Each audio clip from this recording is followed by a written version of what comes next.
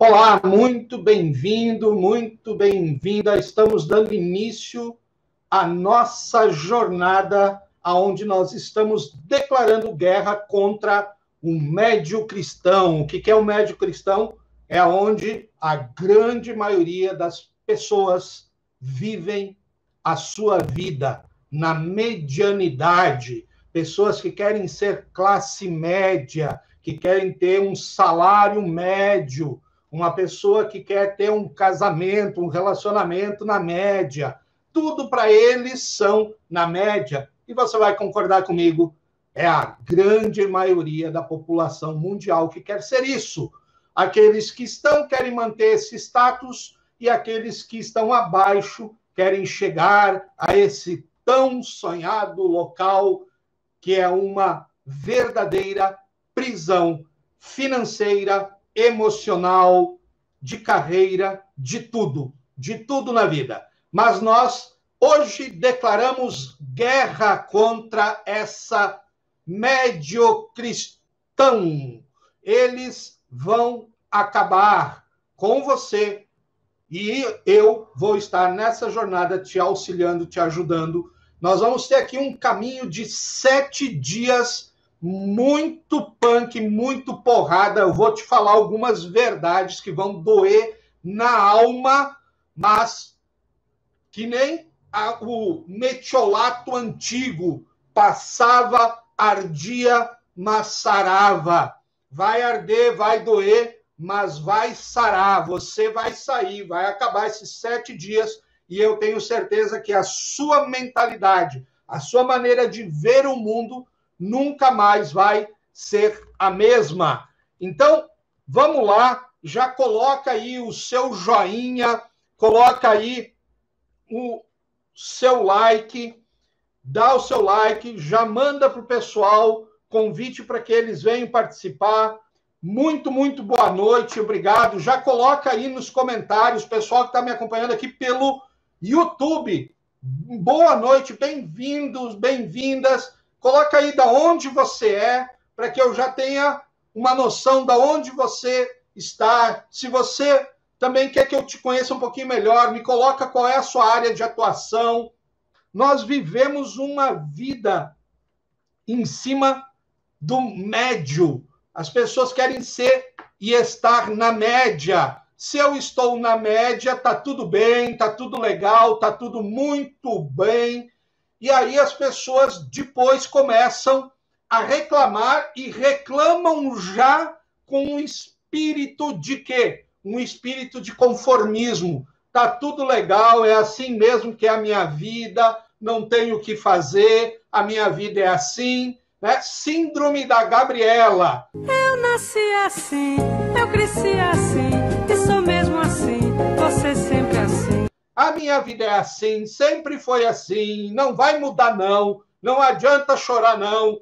Então, você vai acabar com ela agora, você vai acabar com essa mediocridade, porque é isso que quer dizer. Pessoas que vivem na média, vivem uma vida medíocre. Eu falei, vai ser porrada aqui, eu vou te dizer algumas verdades na cara, nuas e cruas, porque eu não estou aqui para entrar em guerra contra essa situação que as pessoas se colocam para ser bonzinho, para te passar a mão e te dizer, ai, meu coitadinho, minha coitadinha, tá tudo bem, a vida é assim mesmo. Não, a vida não é assim mesmo.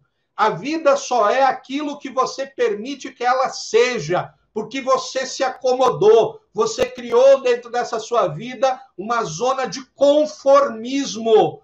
Você acha que trocar tempo por dinheiro você vai enriquecer? Você não vai enriquecer.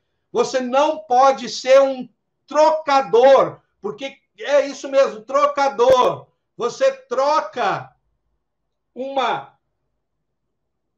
as tuas horas de trabalho, o teu tempo, por um salário. Seja, Charles, mas eu ganho muito bem, eu sou funcionário público, eu tenho uma estabilidade, eu tenho ali meu ganho de 10, 15, 20, 30 mil, 40 mil que seja. e junto com algumas bonificações eu ganho 50 mil. E é tudo o que você vai ganhar. E aí, então, você é médico, ou você é advogado, ou você está dentro de uma dessas áreas como profissional liberal, e você tem um bom salário.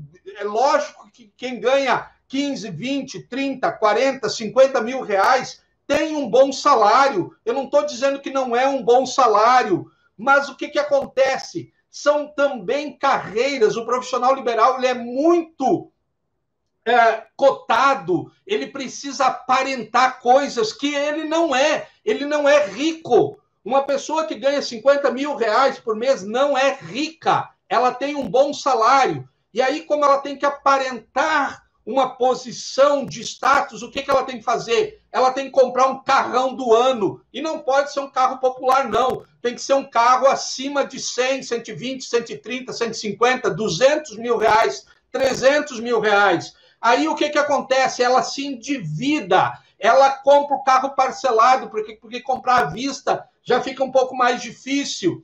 Então ela parcela isso. E aí ela tem que morar bem. Então o que ela faz? Ela financia um bom apartamento no melhor lugar da cidade ou compra uma grande casa financiada com juros absurdos.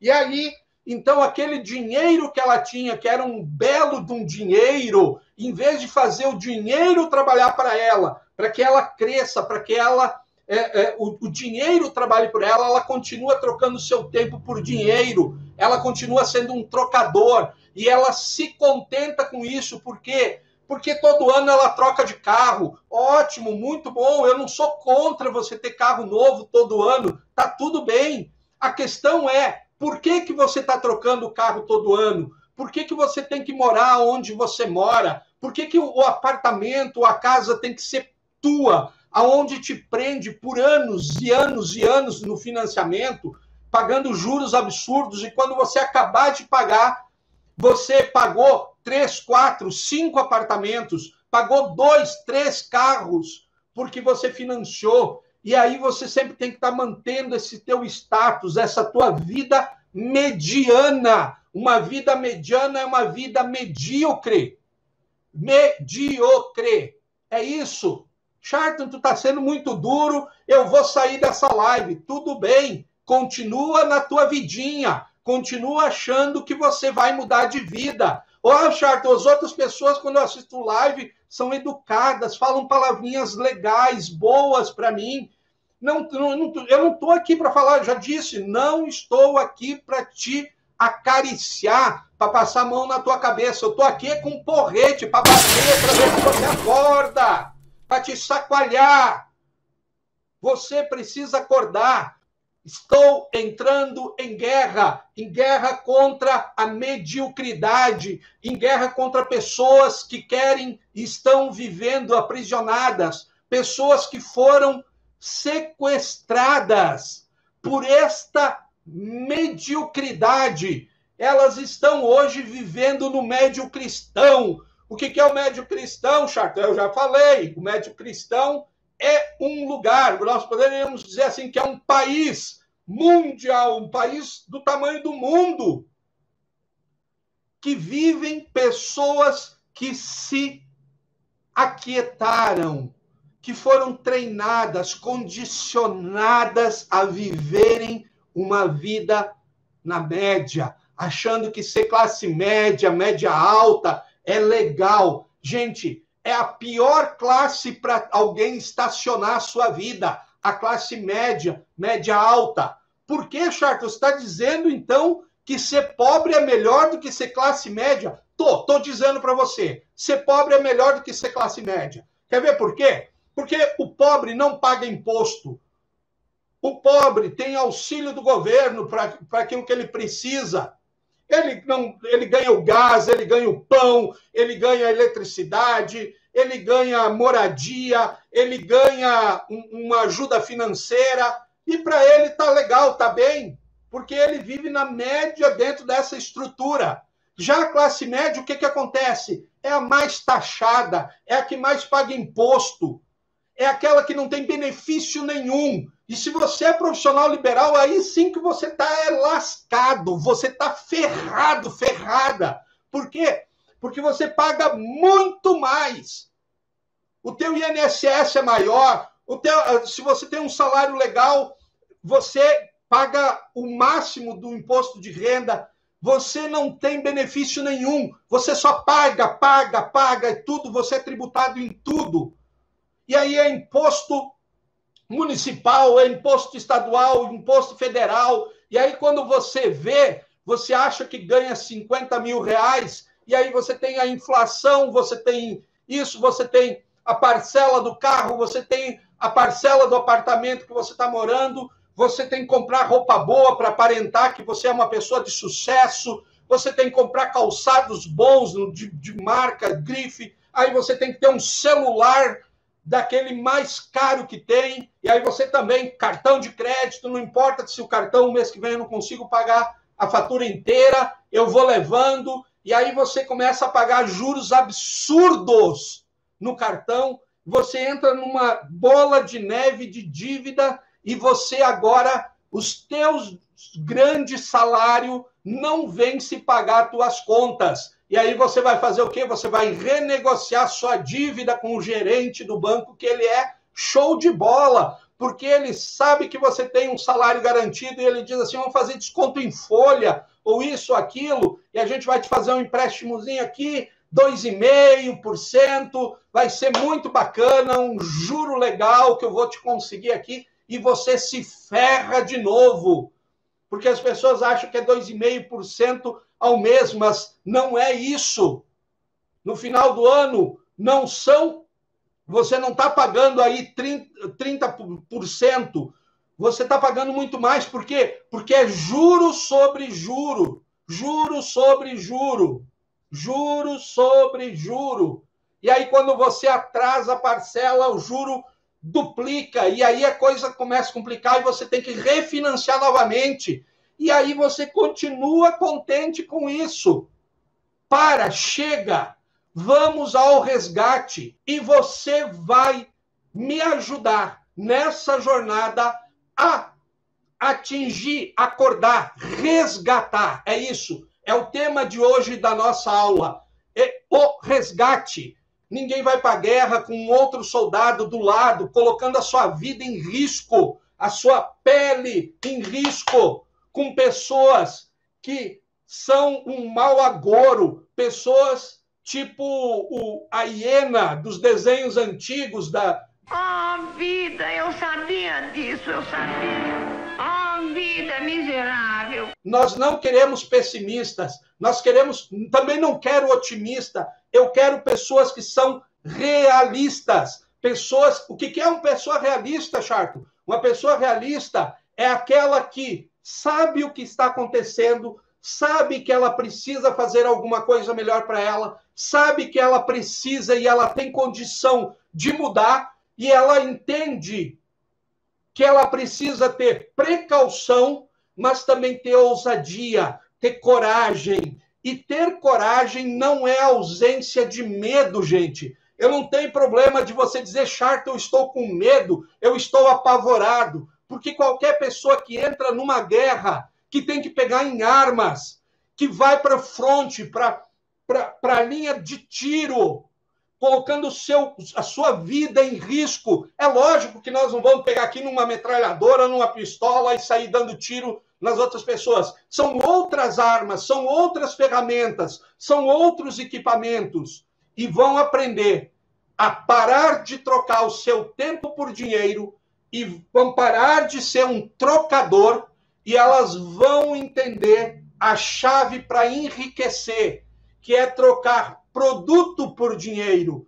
Ninguém fica rico, ninguém fica milionário trocando tempo por dinheiro. Mesmo que você cobre caro, mesmo que você cobre um valor exorbitante por sua hora, por mais que você cobre uma alta tarifa pelo seu tempo, você sempre vai ser limitado pelo tempo, porque todo mundo tem o quê? 24 horas por dia. e ninguém consegue trabalhar 24 horas por dia. Ninguém consegue fazer com que a sua vida se torne verdadeiramente próspera, trocando tempo por dinheiro. Se você cobra mil reais por hora, quantas horas você trabalha? Você trabalha 8 horas por dia. Se você quiser, ok, 8 mil reais por dia. Cara, isso se você tiver agenda cheia, que maravilha, que espetáculo, um grande ganho por dia. Aí o que acontece? Você tem 20 dias no mês, então aí você tem quanto? Você tem um ganho ali legal durante o mês. E aí o que você vai fazer? Você vai ter que comprar um carro melhor, você vai ter que morar numa casa melhor, você vai ter que se vestir melhor, você vai ter que implementar isso, aquilo, aquele outro, e esse dinheiro é comido, corroído. Então, se você quer ganhar mais, o que você tem que fazer? Começar a trabalhar 12 horas por dia. E aí, então, você aumenta mais em 2 mil reais por dia, que vai te dar um aumento durante esses 20 dias de trabalhados, legal. Ok, mas aí não está dando mais, eu preciso, porque eu estou com muita dívida. Aí você vai ter que trabalhar no sábado, você vai ter que começar a trabalhar no domingo. E aí você não pode tirar férias, porque se você tirar férias, você não ganha nada. E aí você já não tem mais tempo para estar com seus filhos, com sua esposa, com seu marido, porque você tem que estar trabalhando. E aí a gente dá a desculpa do quê? Papai está trabalhando para que você tenha uma boa vida. E a vida passa, o tempo passa, os nossos filhos crescem, o nosso casamento vai corroendo. E daqui a pouco você acha que tem uma boa condição financeira, mas não tem mais a sua esposa, o seu marido do lado, você não tem mais os seus filhos, porque eles vão dizer o quê? Você nunca esteve do meu lado, você só pensou em trabalhar, e eu não tive infância contigo, não pude curtir os momentos juntos. Então, tudo isso acaba acontecendo. E por que eu resolvi fazer isso?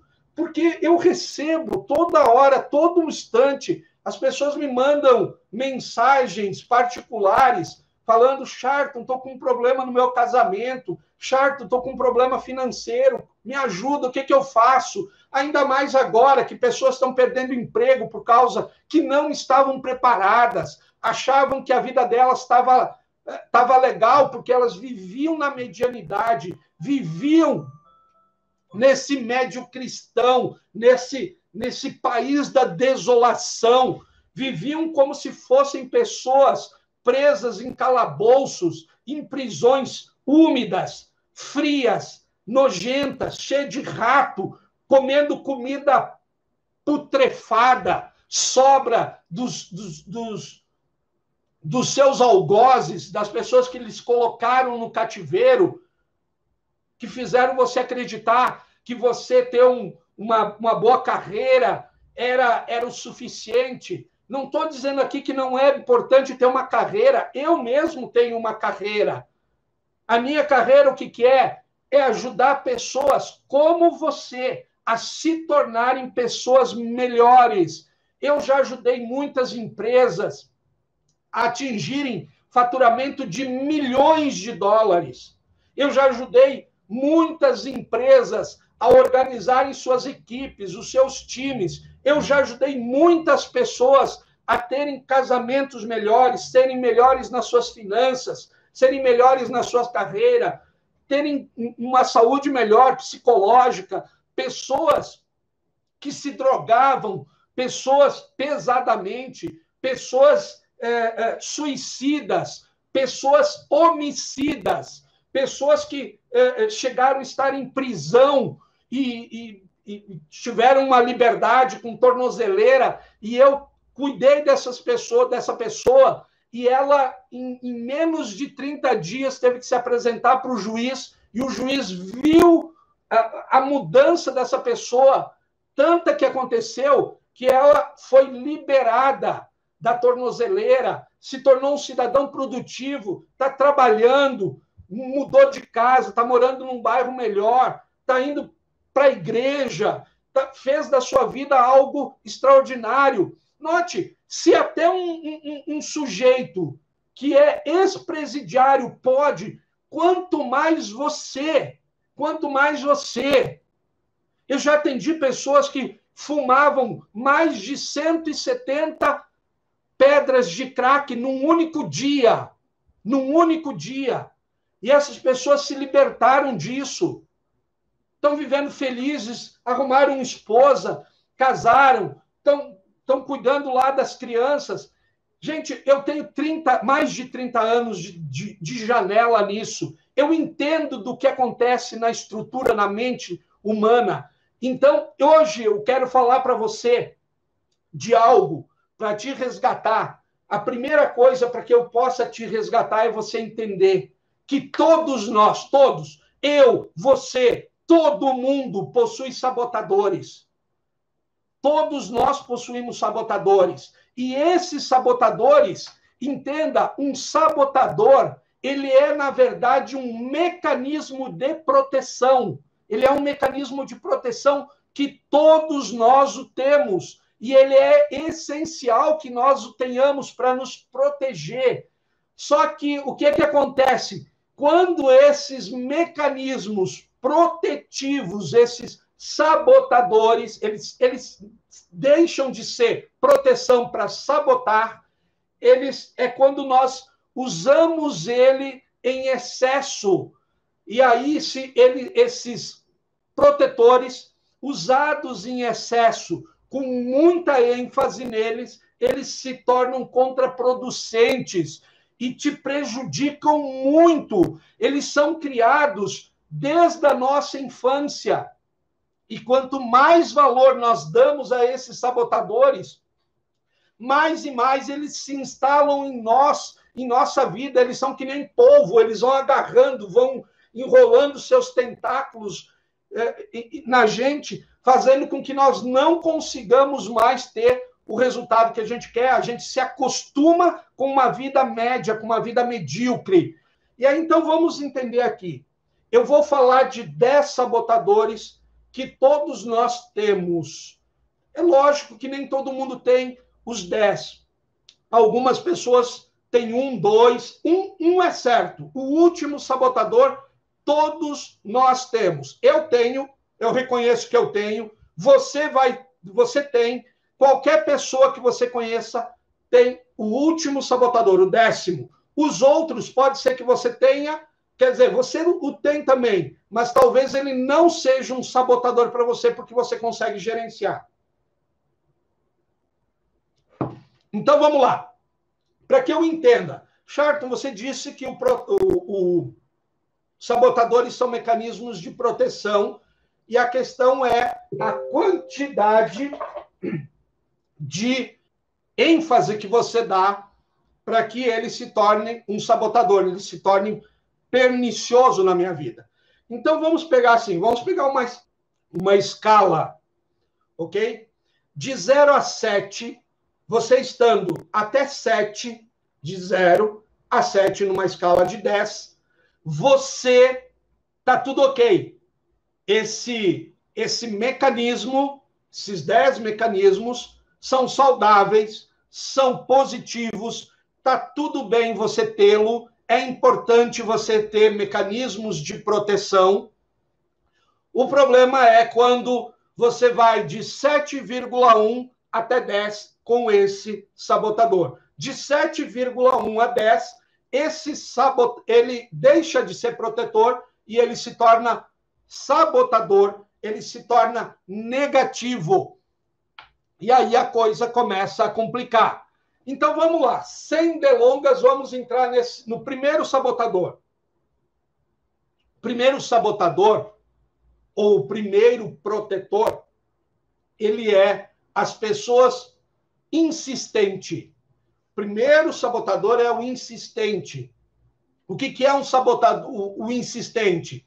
O insistente é aquela pessoa que quer organização, quer perfeição ao extremo. Ele só toma decisão se tiver realmente perfeito. Ele odeia erros. Vai se diagnosticando aí. Que depois, se você tem esse sabotador que eu estou falando, já escreve aí o nome dele. Tá? Então, esse é o insistente.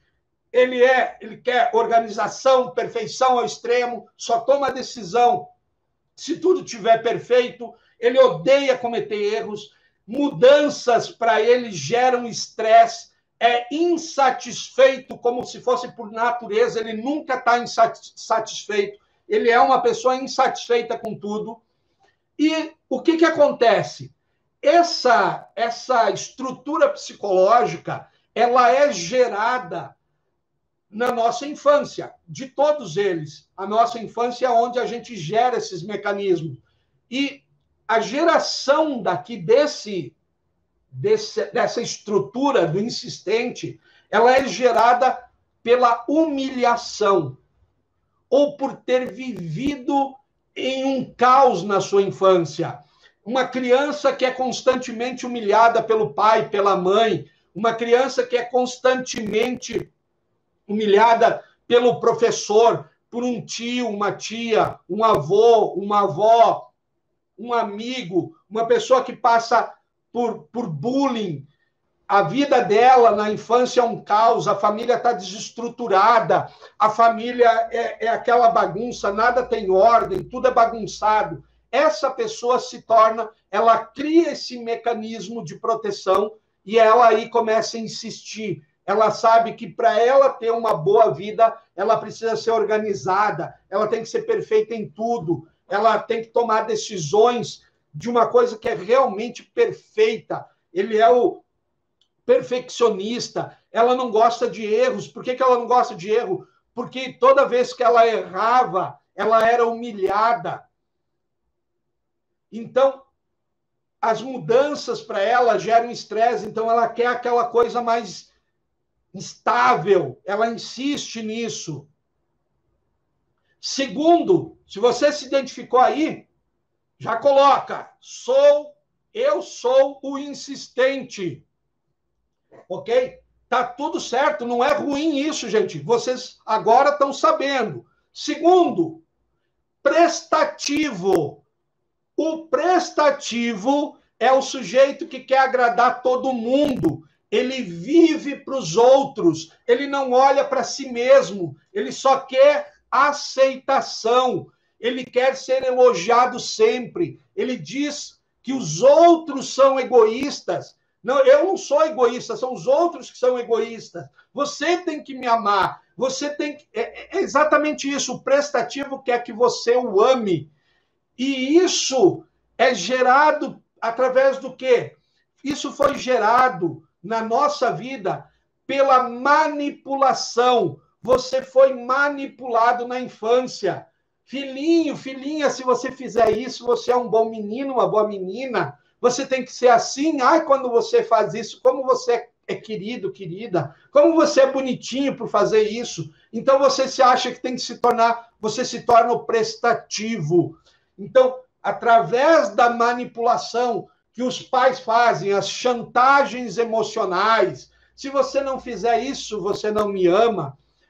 Se você me ama, me dá um beijinho. Você tem que ser prestativo. Você tem que estar toda hora acalentando o ego do outro. E aí, então, você tem que... O quê? Você aprende que tem que agradar todo mundo. Na verdade, você está buscando o quê? O amor, o reconhecimento. Você quer ser amado. Então, o amor, quando ele vem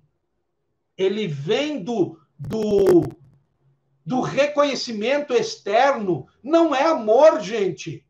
Não é amor. O amor tem que estar em você. Você tem que ser o amor. Você tem que ser a pessoa que se ama. Porque se você não se ama, sinto muito, ninguém vai te amar. Se você não se acha belo, bela, se você não se acha próspero, se você... O mundo não te dá o que você quer, o mundo te dá o que você é. Simples assim, ponto final. Então, se você é prestativo, ok, descobriu, agora vamos trabalhar. Note o que eu disse, o problema não é ser prestativo, o problema, porque o prestativo, ele é o quê? Enquanto insistente, eles são mecanismos de proteção. Mas se o teu grau estiver acima de 7,1 a 10, aí se tornou um sabotador para você.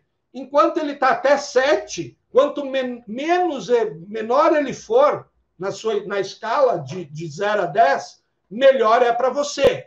Quanto maior ele for de 7, mais problema você tem para lidar com ele. Ele te sabota, verdadeiramente. O terceiro sabotador é o hiperrealizador. Anota aí. O hiperrealizador. Ele tem que estar o tempo todo fazendo algo. Ele é viciado em trabalho. Ele se esconde as suas emoções. Ele não pode demonstrar que ele tem emoções, que ele tem sentimentos.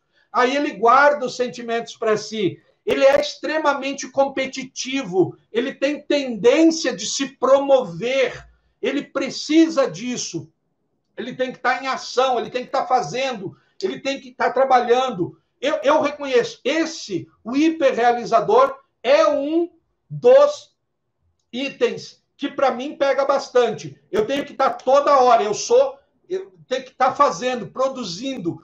E isso é algo que eu tenho que trabalhar em mim, que eu tenho que me cuidar, para que ele não cresça muito, porque quando ele cresce muito, eu perco em outras áreas. Então, esse é um ponto que eu confesso para vocês que pega, é um dos meus calcanhares de Aquiles. E o que o hiperrealizador, ele é gerado por pais que são muito rígidos. Os pais muito rígidos querem que o filho tire boas notas, querem que o filho toda hora esteja estudando, quer que o filho toda hora esteja sendo o melhor, quer que o filho dele seja o melhor, que o filho dele vá para a melhor faculdade, que depois tenha a melhor carreira, que tenha isso, que tenha aquilo. Então, é muita cobrança. Ele é muito comparado com os outros. Então, pais muito rígidos ou uma criança que tinha a atenção dos pais condicionadas a resultados. Se você tirar nota boa, você ganha isso. Se você tirar nota ruim, você vai perder. Então, os resultados eram sempre condicionados a um prêmio. Se você for isso, você tem isso. Se você não for isso, você não tem. Isso torna a criança um hiperrealizador. Ele acha que ele tem que estar sempre realizando. Note, eu não reclamo disso. Está tudo bem. Por quê? Porque a hiperrealização, ela também é boa para mim. Por quê? Porque eu me tornei muito produtivo. Tudo que eu coloco à mão vira ouro. Eu consigo fazer mudanças extraordinárias, ajudar pessoas extraordinariamente e rápido. O hiperrealizador é muito rápido para fazer as coisas. Então, tá tudo bem você ser hiperrealizador. O problema é quando isso sobe de 7. Aí se torna um problema. Quarto, se você é hiperrealizador, coloca aí. Me identifiquei também como hiperrealizador. Aí, parabéns para você. Parabéns por estar, inclusive, se expondo, porque isso é legal, porque quando você se expõe publicamente, você reconhece isso, bate mais fundo e você cria um mecanismo interno para mover você a ter controle sobre isso. O quarto item aqui é a vítima. Esse é o outro sabotador. Ele pode ser um mecanismo de proteção e ele pode se tornar um sabotador. O que é a vítima? A vítima gosta de falar de problemas. Ele é o Wall-E. Ó dor, ó vida, nada dá certo. Ele gosta de reclamar. Ele compete para ver quem está pior. Aí você diz assim, nossa, estou com uma enxaqueca. E aí você diz assim, você nem imagina a minha. A minha parece que está explodindo, parece que eu vou morrer, não sei nem o que. Já tomei de tudo. Nada resolve. Então, ele compete para ver quem está pior. Ele considera que sempre é mais difícil para ele. Nossa, estou com um problema lá na empresa. E se você tivesse o meu chefe, se você trabalhasse onde eu trabalho, você ia ver o que é ter problema. Você ia ver como é difícil ter uma vida como eu vivo. Você não gostaria de estar na minha pele. E essa síndrome da vítima, ela é gerada por abandono, ou pior, por pais que davam mais amor e atenção para a criança que era fragilizada. Por exemplo, você tem mais de um irmão, aquele que é mais, vive adoecendo, aquele que é mais fraquinho, mais frágil, aquele que está indo mal na escola, aquele que vai para a escola e tem muito bullying e assim por diante. O que acontece? O pai e a mãe começam a dar mais atenção, porque ele precisa de mais atenção, ele está doente, ele não está tendo notas boas, ele está sofrendo bullying na escola e tudo. Então, os pais focam a atenção naquela criança, tentando protegê-la, tentando fazer com que ela sare, que ela se cuide. Só que aí, o que acontece? Você perde a atenção do pai e da mãe, porque o pai e a mãe estão dando atenção ao seu irmãozinho, e você descobre o seguinte: meu irmão faz xixi na cama, porque quando ele faz xixi na cama, papai e mamãe levantam, tem que trocar, virar colchão, tem que trocar lençol, tem que dar banho, colocar novo pijama, nova roupa, ele é cuidado. Então eu tenho que também ser a vítima, eu também tenho que fazer a mesma coisa, porque daí papai e mamãe vai mostrar que me amam também, e não amam só o meu irmão, só ele ou ela. E aí, então, isso cria na pessoa uma competitividade pelo negativo. Ele tem que ser melhor, fazer melhor. Então, se o irmãozinho faz pipi na cama 2 vezes por semana, você vai começar a fazer pipi na cama todo dia, porque daí todo dia papai e mamãe tem que levantar, te dar banho, trocar a cama, e aí, de repente, o colchão está muito molhado porque você bebeu muita água e você fez uma grande poça no colchão, aí eles te levam para você dormir no meinho deles. Que maravilha, como é bom a gente ser um fracassado, a gente ser um inútil, e aí você se torna um adulto e continua sendo um fracassado, um inútil. E aí, então, você, por mais que você tenha um salário legal, você tem problemas financeiros. Por quê? Porque você tem que continuar sendo vítima, para você pedir dinheirinho emprestado para a mamãe e para o papai, porque não está dando para pagar todas as contas e tudo mais. E aí a coisa fica muito complicada. Se você é a vítima, coloca aí: eu sou a vítima. Quinto, hiperracional. O hiperracional é aquela pessoa que valoriza o intelecto.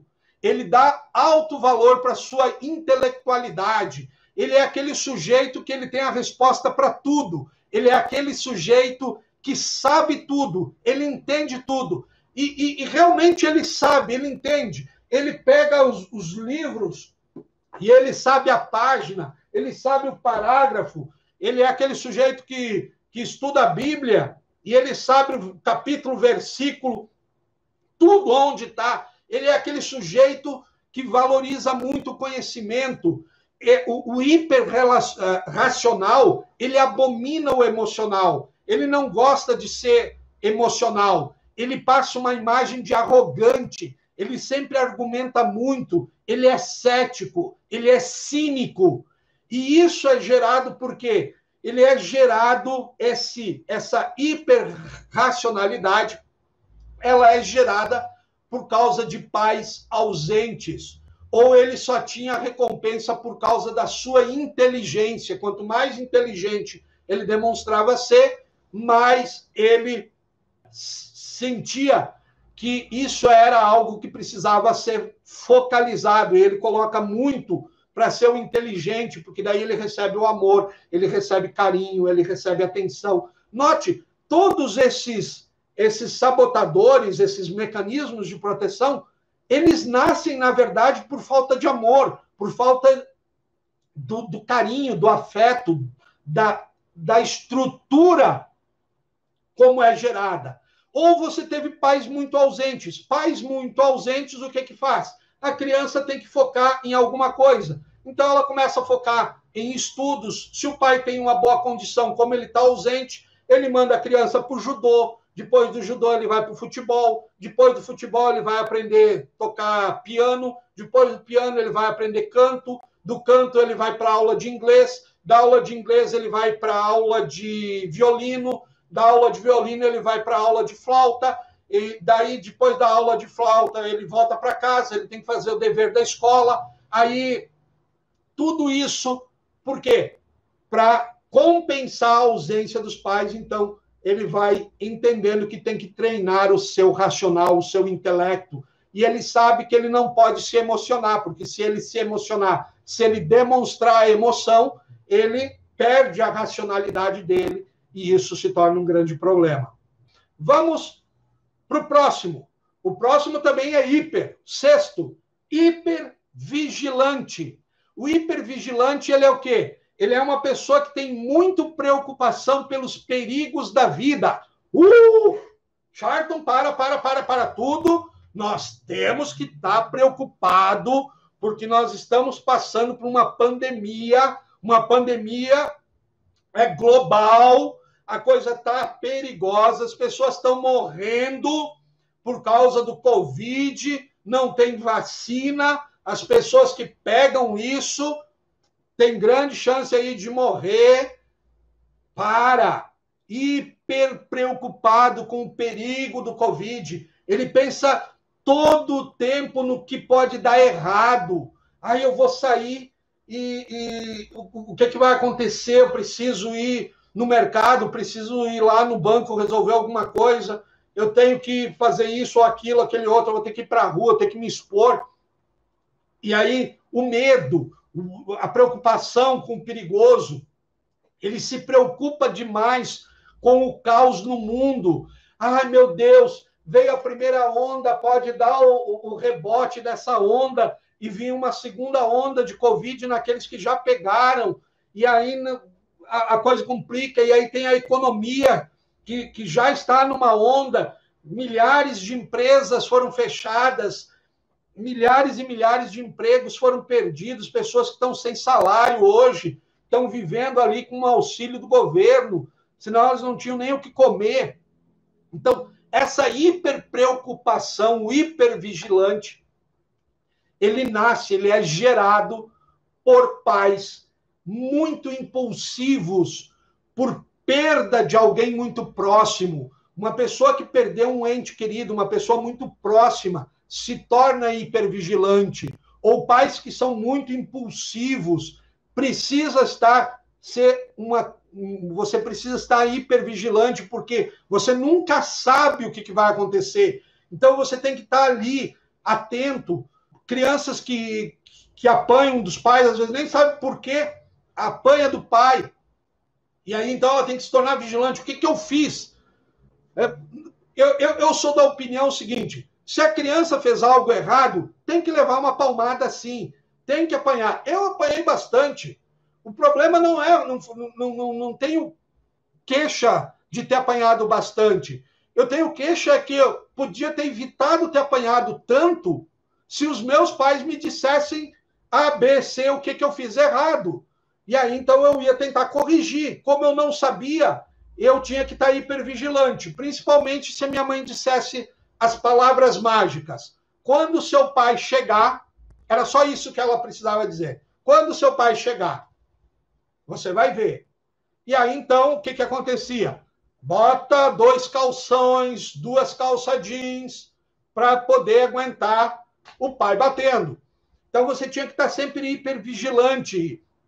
Então, quando você tem essa estrutura, a coisa complica e a pessoa se torna hipervigilante. Essa hipervigilância, ela é um outro dos meus que eu tenho que me cuidar.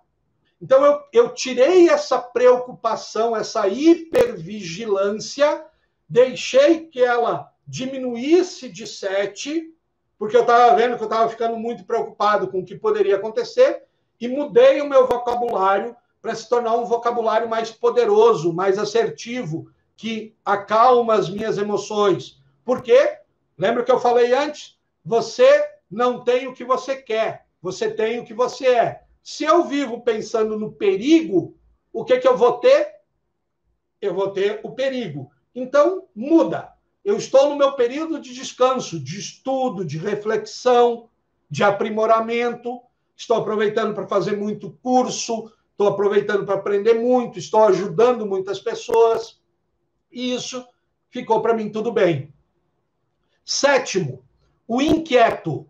Ele quer viver a vida intensamente. O inquieto quer aproveitar tudo ao mesmo tempo. Ele começa muito e termina pouco. Ele tem muita iniciativa, mas quase nenhuma acabativa. Ele é impaciente, ele não vive o presente, ele não consegue estar no presente, no aqui e agora. Ele está sempre preocupado. Sempre preocupado. Então, pessoas que têm que viver a vida intensamente. Eu tenho que...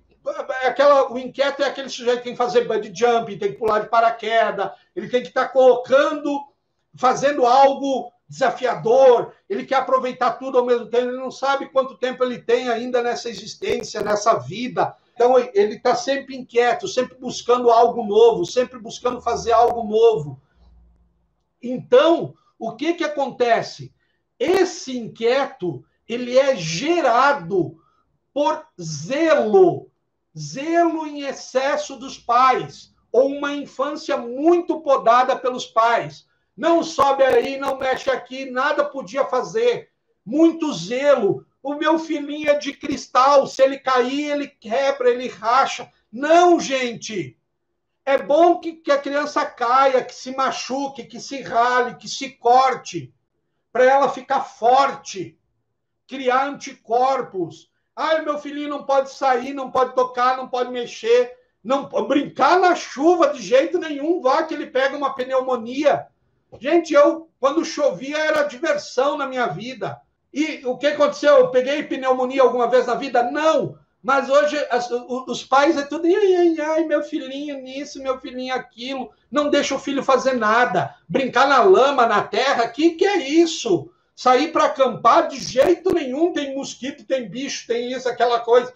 Não, nada pode, nada. E aí a criança se torna o quê? Hiper zelada, uma infância muito podada, que não pode fazer nada. Isso cria um adulto inquieto, porque como ele não pôde ter as experiências na vida de infância, ele agora quer correr os perigos. E aí o problema é que ele corre perigos, às vezes, alto demais. Né? Quer pular de paraquedas, quer pilotar helicóptero, quer pular de bungee jumping, quer pular de penhasco. Enfim, acaba fazendo maluquices. Pessoas acabam dirigindo em alta velocidade, gostam do perigo, da adrenalina, tem que fazer escalada, tudo mais. Eu não estou dizendo que quem faz isso é ruim. Tá? São experiências legais de você ter, de quebrar limites, de superação. O problema é quando é muito intenso. Todos esses, o problema é quando é muito intenso. 8º, controlador. Anota aí, controlador. O controlador, ele quer assumir o controle de tudo. Ele adora falar o que os outros precisam fazer. Ele é centralizador. Ele quer que as coisas sejam feitas do jeito dele. Não interessa. Você tem que fazer do meu jeito. Faça como eu te digo. Meu pai, ele costumava dizer muito isso. Pai, por que eu tenho que fazer isso? Porque eu estou te mandando. Então, o controlador... Meu pai era um controlador. Então, pessoas que querem ter o controle de tudo, que adoram falar o que as outras pessoas precisam fazer, é muito centralizador. Essas pessoas são geradas quando crianças que tiveram que amadurecer cedo demais. Crianças que tiveram que amadurecer cedo demais se tornam controladoras.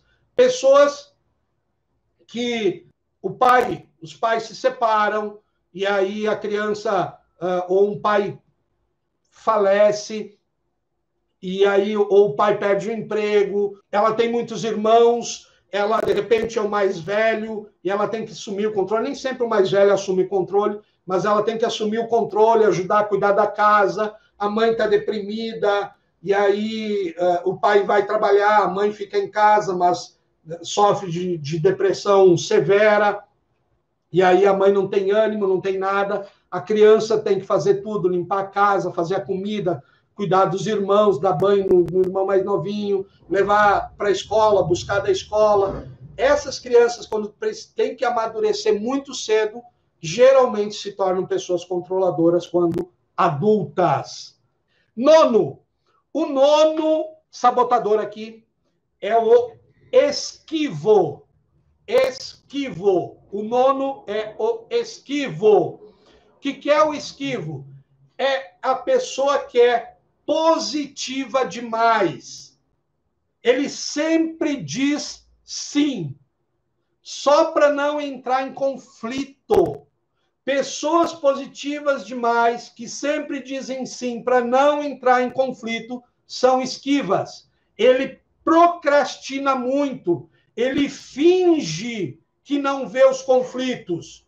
Pessoas que têm essa, finge estar trabalhando, finge não ver os erros dos outros. Pessoa que viu alguém fazendo algo errado no serviço, ela tapa os olhos, tapa os ouvidos, que nem os macaquinhos. Não vi, não ouço, não falo. Então, essas pessoas, elas não veem, não ouvem, não falam, por causa do quê? Por causa que elas querem evitar o conflito. Elas se esquivam das coisas.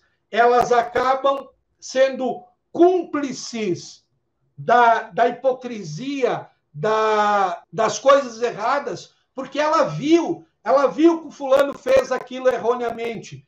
Ela, de repente, até inquirida, se ela, perguntada, se ela viu, sabe de alguma coisa, e ela diz, não, eu não vi nada, não sei de nada, eu não vou me meter, não quero me meter, me deixa fora dessas. Então, pessoas esquivas são assim, elas querem evitar o conflito, elas sempre dizem sim para tudo, só para não entrar em conflito. Ela quer ir na pizzaria, e aí você diz, não, vamos para a churrascaria. Para ela não ter conflito, ela diz, então vamos na churrascaria. Aí você diz assim, em vez de nós fazermos isso esse ano, vamos fazer aquilo. Tá tudo bem. Ela tolhe para não ter conflito, para não gerar conflito. Só que isso vai sobrecarregando e vai se tornando muito ruim para ela. E a pessoa com personalidade, com sabotador esquivo, ela é gerada por uma infância feliz demais. Ela não aprendeu a lidar com conflitos, ou por ter vivido com conflitos em excesso na infância. Então, ou ela teve uma infância assim, altamente cuidada, altamente zelada, uma vida extremamente feliz, ela sempre ganhou tudo que ela queria. Então, ou ela nunca aprendeu a lidar com conflitos, porque sempre o papai, a mamãe, alguém resolvia as coisas para ela, ou ela viveu num lar muito conflituoso e ela aprendeu que se ela quer sobreviver, quer que não sobre para ela, porque quando acontecia os conflitos internos entre o pai e a mãe, ela sabia que se ela falasse alguma coisa, acabava sobrando para ela acabava apanhando, ficando de castigo, alguma coisa assim. Então, ela aprendeu a ser esquiva. E aí ela se torna um adulto esquivo. E o último, 10º, esse eu tenho, você tem, todo mundo tem.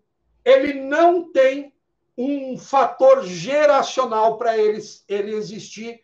Talvez isso seja biológico, nós aprendemos a ter esse 10º quesito protetivo e, ao excesso, um sabotador, talvez desde o tempo que nós andávamos sobre as savanas, onde nós tínhamos que ter muita cautela. O 10º é o crítico. O crítico todo mundo tem.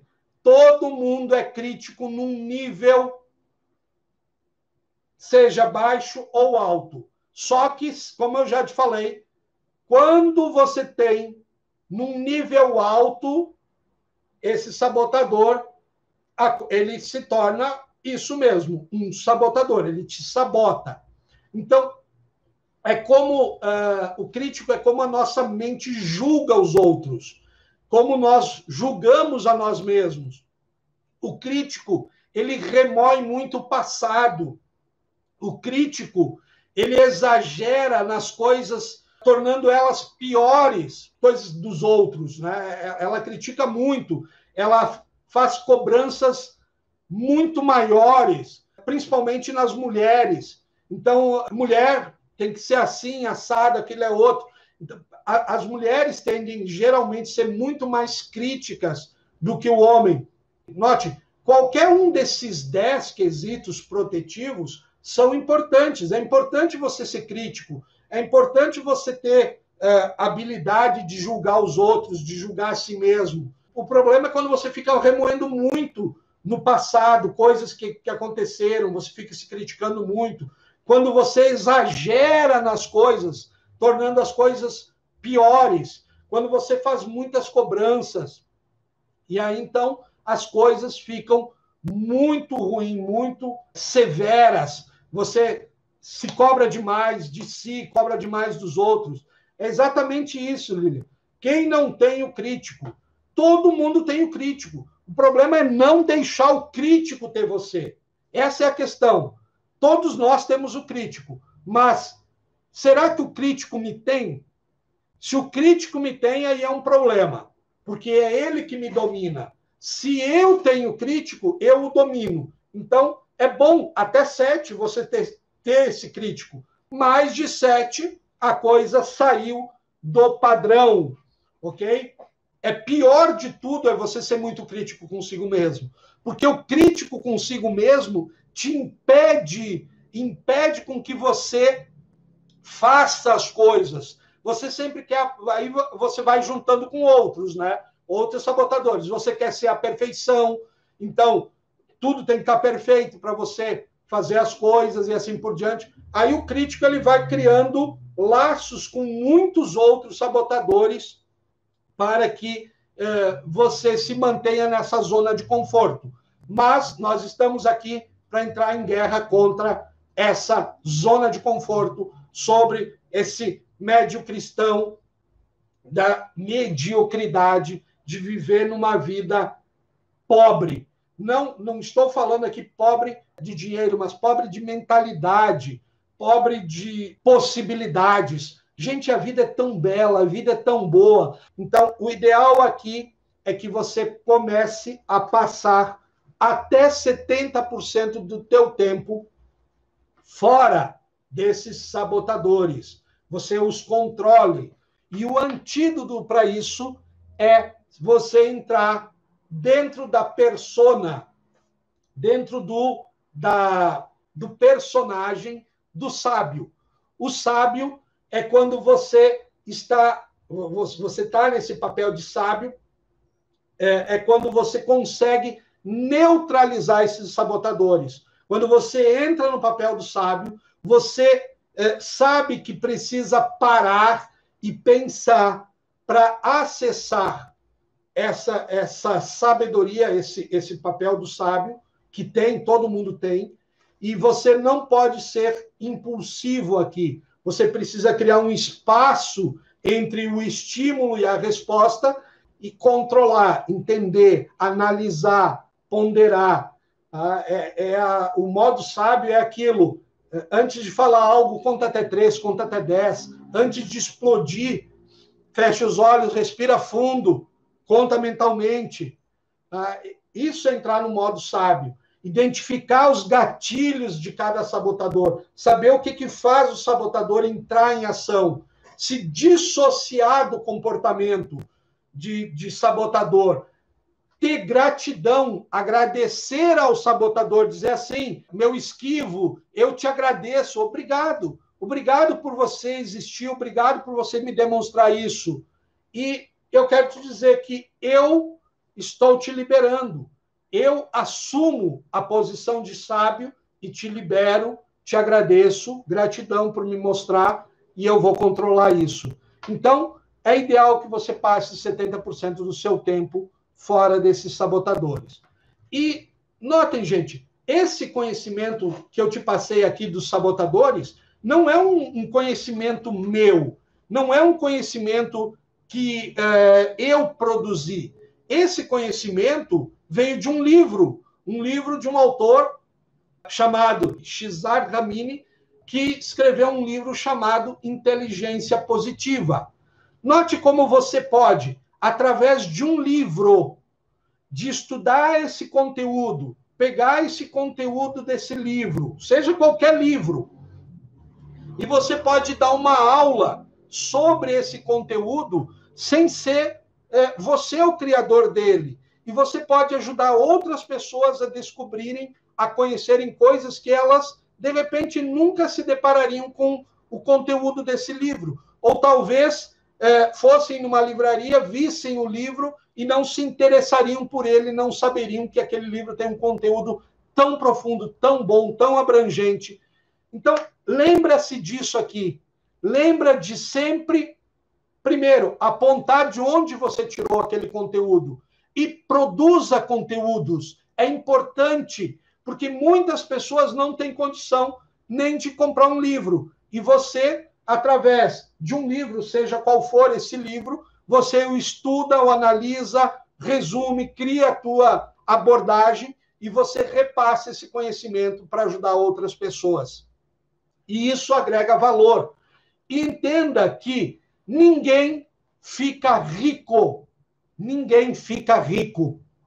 através de trocar tempo por dinheiro.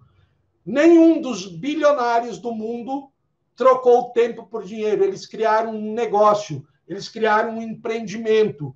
E você pode empreender também. Você pode usar as estratégias certas para deixar de ser um prisioneiro e se tornar um exemplo de inspiração nas outras pessoas.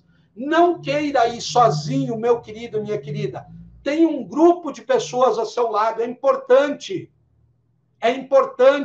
de você ter mastermind, se unir com pessoas que pensam como você, que querem sair da mediocridade, querem se libertar do mediocristão, querem sair desse território assombroso, aprisionador, de viver de migalhas. Então, aprenda também com quem já gastou muito tempo, muito dinheiro, e você vai facilitar o seu caminho com conhecimento.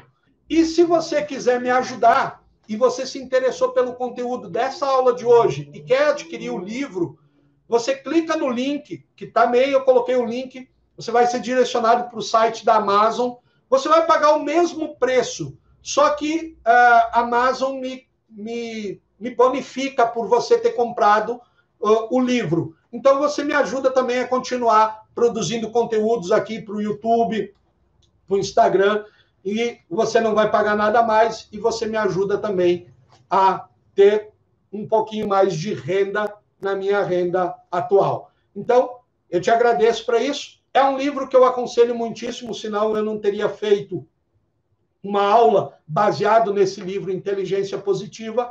Adquira, é baratinho, é menos de R$30, gente, esse livro. Ele está em promoção na Amazon.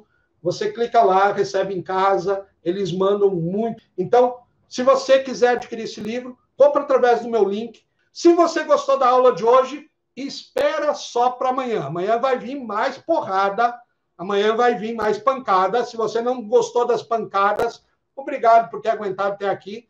E se você gostou, convida pessoas para estarem junto com a gente. Se você ainda não é inscrito no meu canal, se inscreve aí. Se você não deixou o teu joinha, por favor, deixa o joinha aí para que eu saiba que você está gostando do meu conteúdo, daquilo que eu tenho para passar para você. E se você não é inscrito no meu canal do Instagram, se inscreve, me acompanha. Eu posto vários conteúdos todos os dias. Eu ajudo pessoas na área de controle emocional, a lidar melhor com o dinheiro, também com relacionamentos, com tudo. É muito abrangente aquilo que eu tenho para colocar, para te ensinar. Então, muito obrigado por você estar aqui. Para mim foi um prazer, foi um privilégio ter vocês aqui comigo.